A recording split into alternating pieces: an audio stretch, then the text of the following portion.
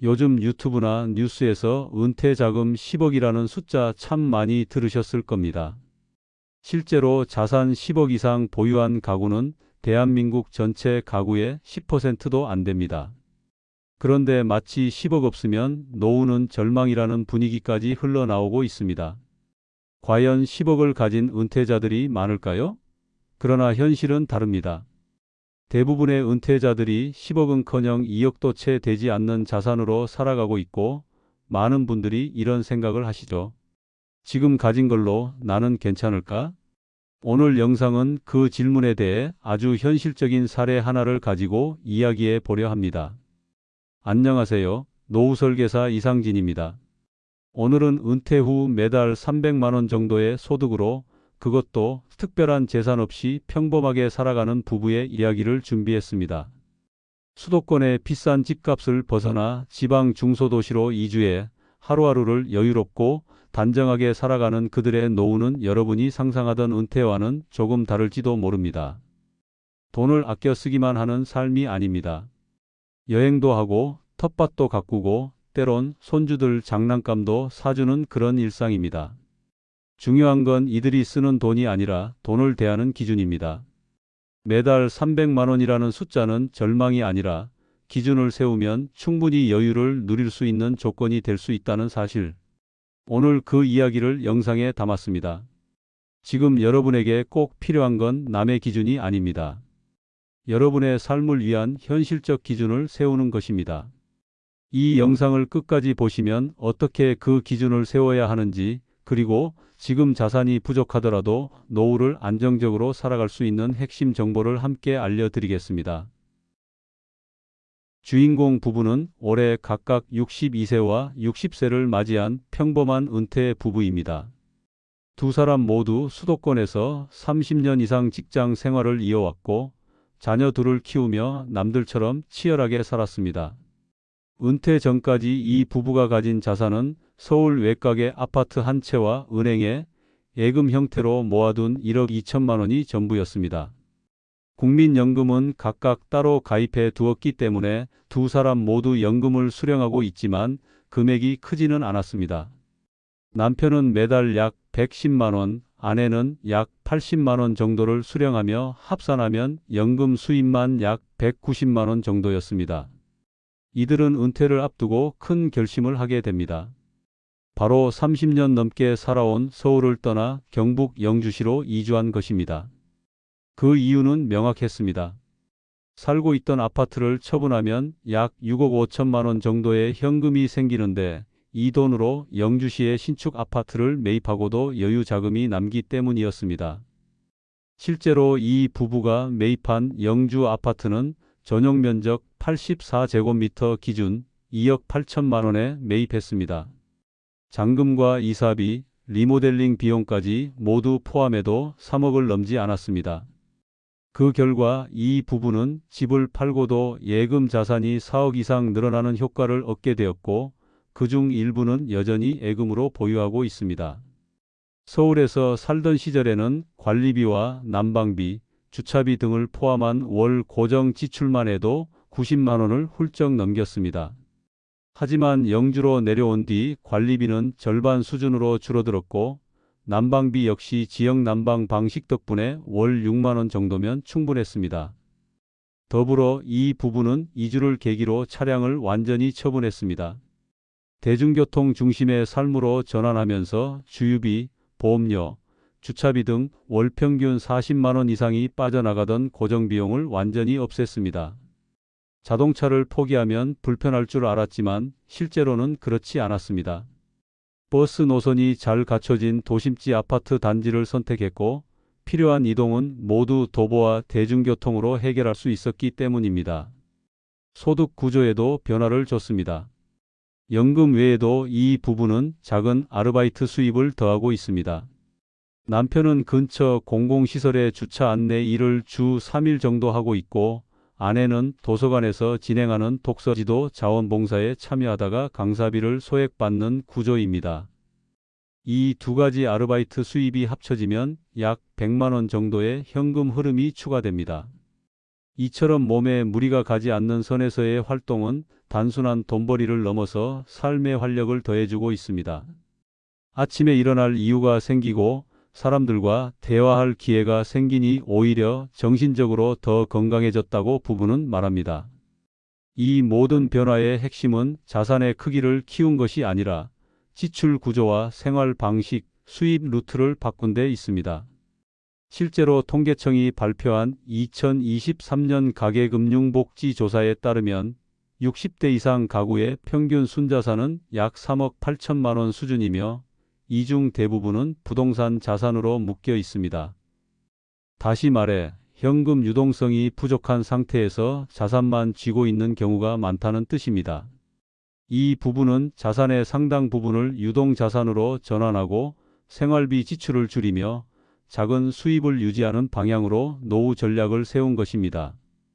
여기서 중요한 팁이 하나 있습니다. 월 300만 원이라는 금액은 수도권에서는 빠듯하거나 부족할 수 있지만 지방 중소도시에서는 여유 있는 생활이 가능합니다.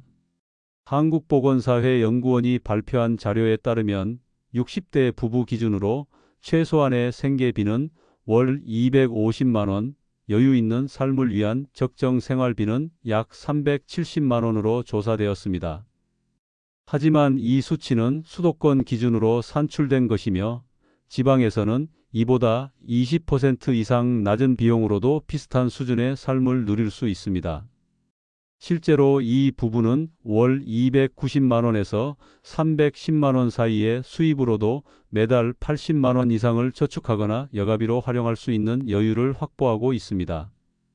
결국 중요한 것은 얼마나 벌고 있느냐보다 그 돈으로 어떤 삶을 설계하고 있느냐입니다. 이 부부는 누구보다 평범한 자산으로 누구보다 체계적인 생활을 통해 안정감을 얻고 있습니다. 무조건 돈을 많이 벌어야 한다는 생각에서 벗어나 삶의 지출 구조를 정리하고 수입원을 다양화하는 것. 그것이 바로 이 부부가 선택한 노후의 첫 번째 전략입니다. 이 부부가 삶의 질을 지켜낸 또 하나의 비결은 지출의 재구성과 소도시 생활이 주는 숨은 이점이었습니다. 서울에서의 삶은 늘 숨가빴습니다. 교통체증, 높은 물가, 복잡한 인간관계까지. 하지만 영주로 내려온 뒤에는 삶의 속도가 달라졌습니다. 돈을 쓰지 않아도 누릴 수 있는 여유가 생긴 것입니다. 이 부부는 자동차를 처분하면서 매일 걸어서 움직이는 습관이 생겼고 이로 인해 자연스럽게 운동량이 늘어났습니다. 걷는 거리만 하루 평균 7,000보 이상으로 늘었고 덕분에 남편은 혈압약을 줄일 수 있었습니다. 아내 역시 무릎 통증이 줄어들었다며 만족해합니다. 집 근처에는 동네 시장과 도서관, 공원, 보건소까지 도보 10분 이내 거리에 다 모여 있습니다. 병원 진료는 보건소에서 기본 진료를 받고 필요할 때만 병원을 이용하는 방식으로 의료비를 아낍니다. 실제로 지난해 이 부부가 지출한 전체 의료비는 연간 48만 원에 불과했습니다. 서울살이 때는 병원 대기도 길고 비용도 더 들었지만 이곳은 시간도 돈도 절약된다고 말합니다. 식비 또한 큰 차이를 보입니다. 이 부부는 주 1회 지역 전통시장에서 장을 봅니다. 시장 상인들과 얼굴을 익히면서 단골 혜택도 자연스럽게 따라왔습니다. 아내는 직접 재배한 상추나 깻잎을 시장에 나눠주기도 하며 이웃들과 관계를 쌓아갔고 시장에서는 그에 대한 정으로 늘 더 챙겨주는 정서를 느꼈다고 말합니다. 이렇게 매월 식비는 평균 35만 원 내외로 유지되고 있습니다. 요즘 같은 고물가 시대에 부부 식비가 40만 원을 넘지 않는다는 것은 결코 쉬운 일이 아닙니다. 이는 직접 요리를 해 먹고 지역 먹거리 중심으로 식단을 짜기 때문에 가능한 결과입니다. 이 부부는 외식도 즐깁니다. 하지만 그 방식이 다릅니다. 프랜차이즈 레스토랑이나 고급 음식점이 아닌 동네 식당이나 분식집을 주로 이용합니다. 한 달 평균 외식 비용은 8만 원 정도이며 그마저도 특별한 날에만 나갑니다. 두 분 모두 이렇게 적은 돈으로도 얼마든지 맛있는 한 끼를 즐길 수 있다는 사실에 만족감을 느끼고 있습니다. 특히 남편은 예전엔 월급날이면 꼭 비싼 음식 먹으러 갔지만 지금은 시장국수 한 그릇이 더 따뜻하게 느껴진다고 말합니다. 여가 생활은 지방 생활의 진정한 장점이 드러나는 영역입니다. 이 부부는 매주 한 번씩 동네 도서관에서 열리는 무료 인문학 강좌에 참여하고 있습니다. 문화센터 이용도 활발합니다.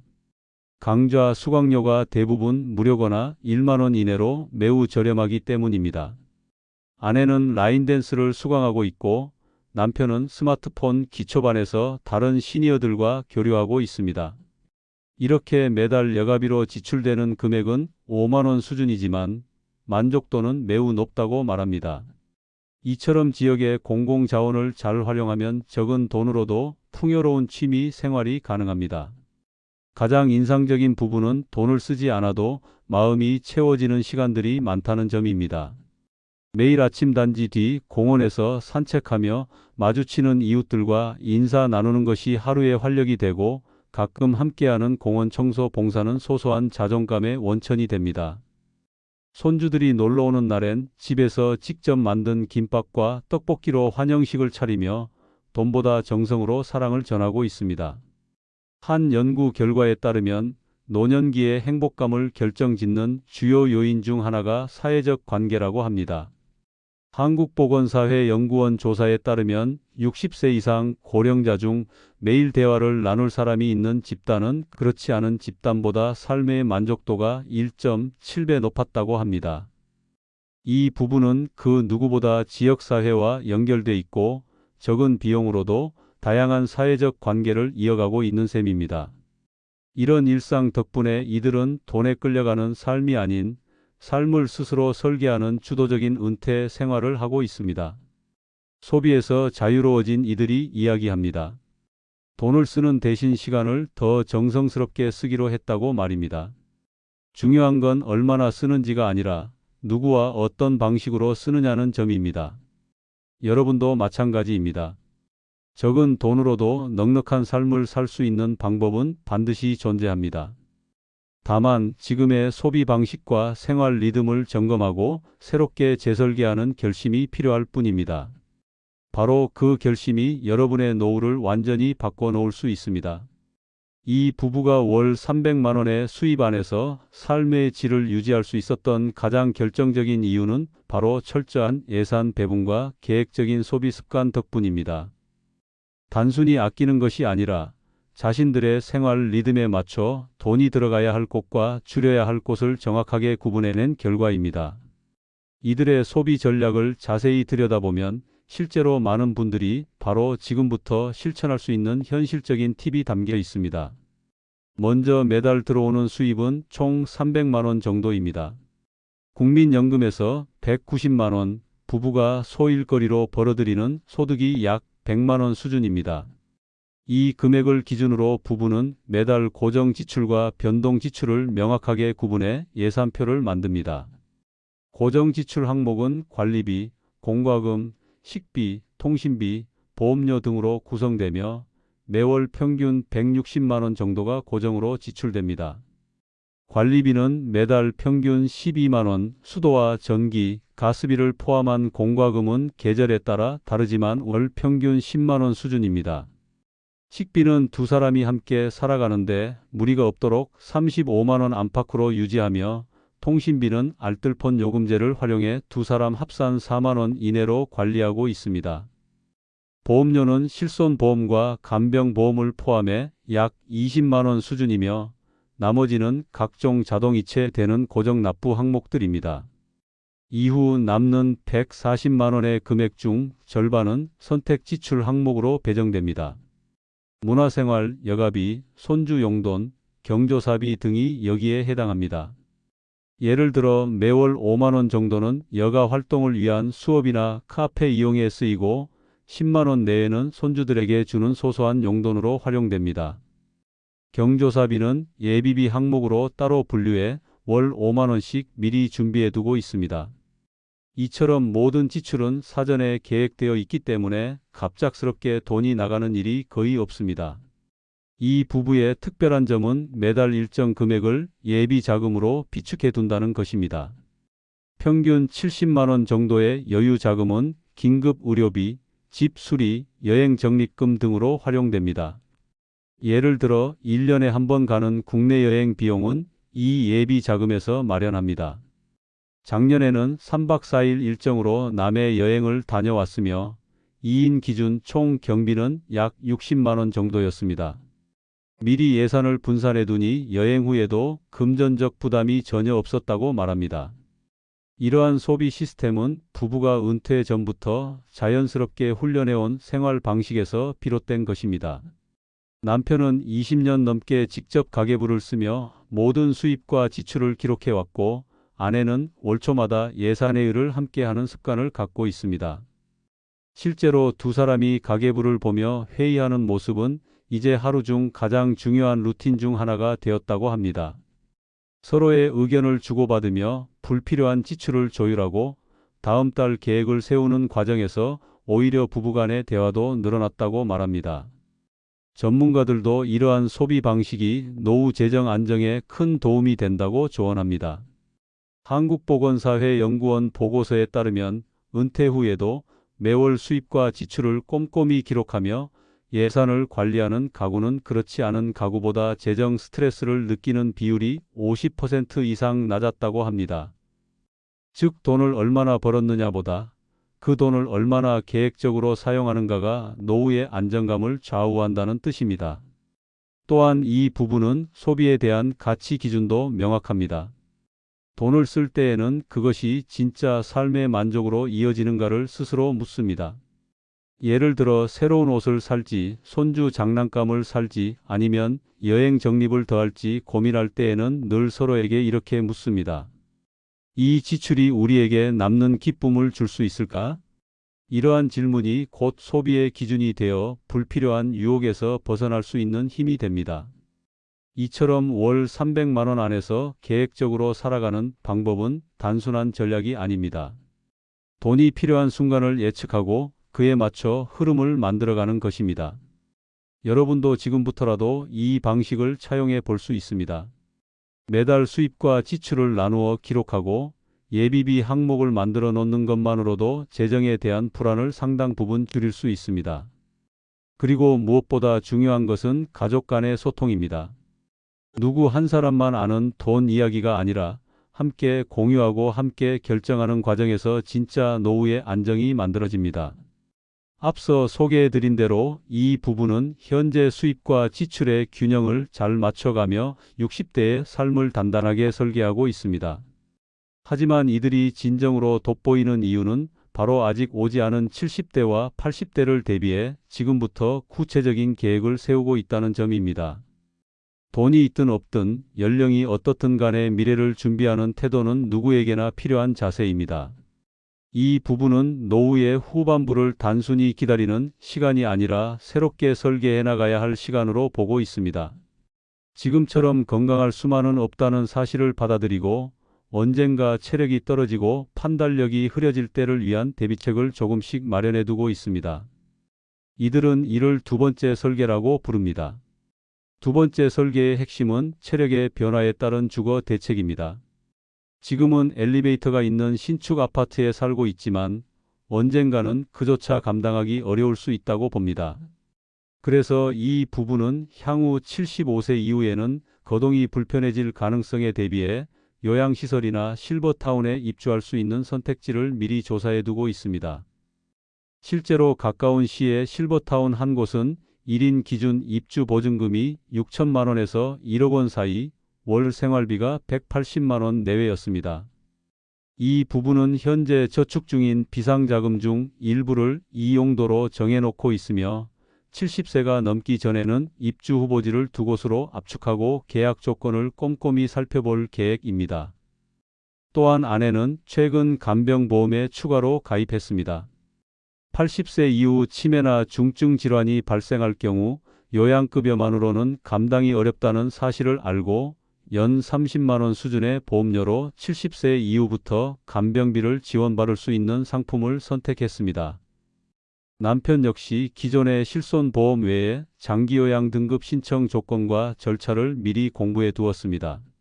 실제로 국민건강보험공단 통계에 따르면 65세 이상 인구 중 8.5%가 장기요양보험 수급자이며 그 수치는 해마다 꾸준히 증가하고 있습니다. 준비가 되어 있는 사람과 그렇지 않은 사람의 삶의 질 격차는 이때부터 극명하게 드러납니다. 두 번째 설계에는 관계에 대한 고민도 포함되어 있습니다. 자녀들은 이미 결혼해 독립했기 때문에 혹시라도 부부 중 한 명이 먼저 건강을 잃거나 사별하게 되는 상황까지도 염두에 두고 있습니다. 이를 대비해 남편은 동네 커뮤니티에서 자주 모임을 만들고 아내는 여성애관 프로그램에 꾸준히 참여해 사회적 관계망을 넓혀가고 있습니다. 둘 중 한 명이 홀로 남게 되더라도 고립되지 않는 노후를 위한 준비입니다. 부부가 함께 쌓아온 관계의 폭이 결국 서로의 버팀목이 되어줄 수 있습니다. 여기서 주목할 점은 이들의 대화 방식입니다. 보통 노후의 불안한 이야기, 질병이나 죽음 같은 주제는 꺼내기 어렵고 피하고 싶기 마련입니다. 하지만 이 부부는 이런 대화도 담담하게 나누는 습관을 가졌습니다. 매달 말 가계부를 정리하면서 이번 달 건강 상태, 의료비 지출, 체력 변화에 대한 느낌 등을 함께 기록해두고 있습니다. 이런 기록은 단순한 숫자가 아니라 서로를 돌보는 대화의 출발점이 됩니다. 아내는 말합니다. 불안하니까 미리 말하는 거다. 준비되어 있으면 덜 두렵다. 이러한 태도는 연구 결과로도 확인됩니다. 서울대학교 사회복지연구소가 발표한 보고서에 따르면 노년기에 가장 필요한 심리적 조건은 통제감과 예측 가능성이라고 밝혔습니다. 즉, 삶의 방향을 스스로 정하고 있다는 느낌이 들 때 노인의 삶의 만족도는 높아지고 우울감은 감소하는 경향이 있다는 것입니다. 이 부부처럼 불확실한 미래를 미리 시뮬레이션하고 현실적인 대안을 준비하는 삶은 결국 심리적 안정감을 가져다 줍니다. 이들은 70대가 되면 여가의 방식도 다르게 설정할 계획입니다. 지금은 활동 중심의 여가를 즐기고 있지만 75세 이후에는 보다 정적인 취미와 정신적인 성장을 도모하는 방식으로 전환하려 합니다. 예를 들어 책 읽기, 그림 그리기, 라디오 청취, 일기 쓰기 등이 이에 해당합니다. 이러한 활동은 단순한 여가를 넘어 치매 예방과 정신 건강 유지에도 긍정적인 영향을 미친다고 전문가들은 조언합니다. 실제로 서울시치매관리센터에서는 노년층의 정서 안정과 기억력 유지를 위한 인지 자극 활동으로 일기 쓰기와 그림 그리기를 적극 권장하고 있습니다. 또한 부부는 자녀와의 재정 관계도 명확히 하고 있습니다. 이미 생전에 집 일부를 증여하며 상속 부담을 덜어두었고 앞으로의 자산은 철저히 두 사람의 노후를 위해 사용할 계획입니다. 남편은 말합니다. 자식에게 기대지 않기로 한 게 아니라 부담을 주고 싶지 않아서입니다. 이 말 속엔 부모로서의 책임과 독립적인 인생을 지향하는 자세가 함께 담겨 있습니다. 이렇듯 이 부부의 삶은 하루하루를 살아내는 것에 그치지 않습니다. 내일을 준비하는 삶, 그 방향을 스스로 정하는 태도야말로 진짜 노후 준비의 핵심입니다. 중요한 것은 자산의 크기가 아니라 그 자산을 어떻게 계획하고 배분하며 활용하느냐입니다. 그리고 그 모든 과정의 중심에는 부부간의 대화, 건강에 대한 민감한 감지력, 현실적인 대책 마련이라는 요소가 있습니다.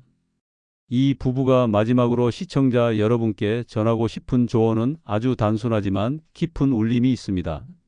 그것은 바로 노후의 성공은 돈의 크기가 아니라 삶을 대하는 태도에서 시작된다는 점입니다. 실제로 이 부부는 자신들이 남들보다 자산이 많아서 지금처럼 여유로운 것이 아니라고 단언합니다. 그보다는 삶의 기준을 일찍부터 명확히 세웠기 때문에 외부 환경에 흔들리지 않고 자신만의 노후를 살아갈 수 있었다고 말합니다. 이들이 강조하는 첫 번째 조언은 비교를 멈추는 용기입니다. 많은 사람들이 은퇴 후 가장 먼저 하는 실수는 남과 자신의 자산을 비교하는 일입니다. 누구는 10억이 있다는데, 누구는 해외여행을 다닌다는데 왜 나는 이렇게밖에 안 될까 하는 비교는 결국 불안과 자괴감만 불러옵니다. 하지만 이 부부는 그 시선을 거둬들이고 자신이 감당할 수 있는 수준에서 최선을 다하는 데 집중했습니다. 실제로 서울에 남아 자녀 근처에서 살아야 한다는 주변의 권유도 있었지만 두 사람은 우리가 원하는 삶의 속도는 무엇인가를 우선순위로 삼았습니다. 덕분에 지금은 누구보다 자신 있게 우리만의 삶을 살고 있다고 말합니다. 두 번째 조언은 노후에도 꿈을 가지라는 것입니다. 흔히 은퇴를 하면 모든 것이 끝났다고 느끼기 쉽습니다. 하지만 이 부부는 오히려 지금부터가 진짜 인생의 시작이라고 말합니다.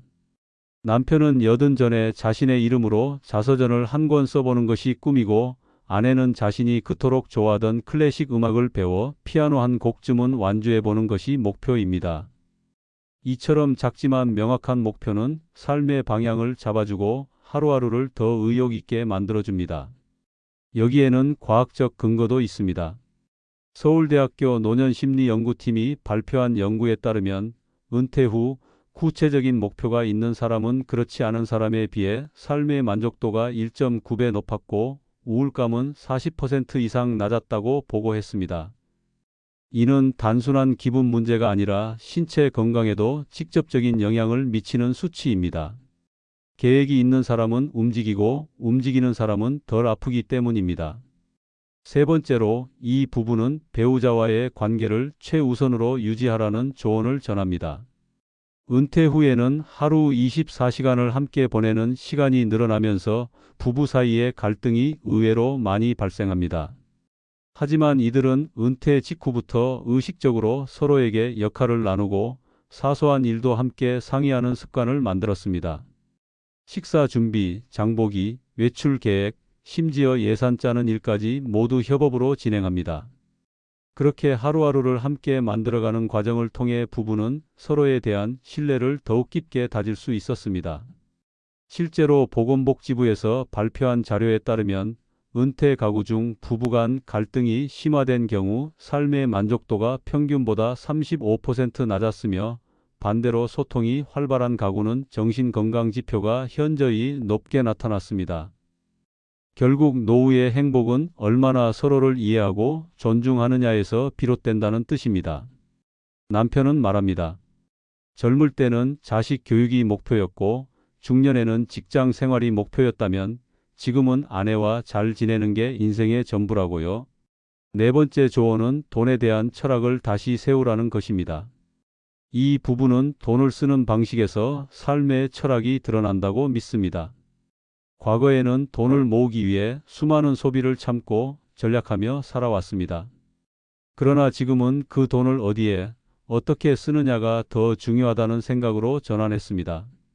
덕분에 돈을 쓸 때마다 후회보다는 만족이 남고 불필요한 지출을 줄이면서도 삶의 질은 더 높아졌습니다.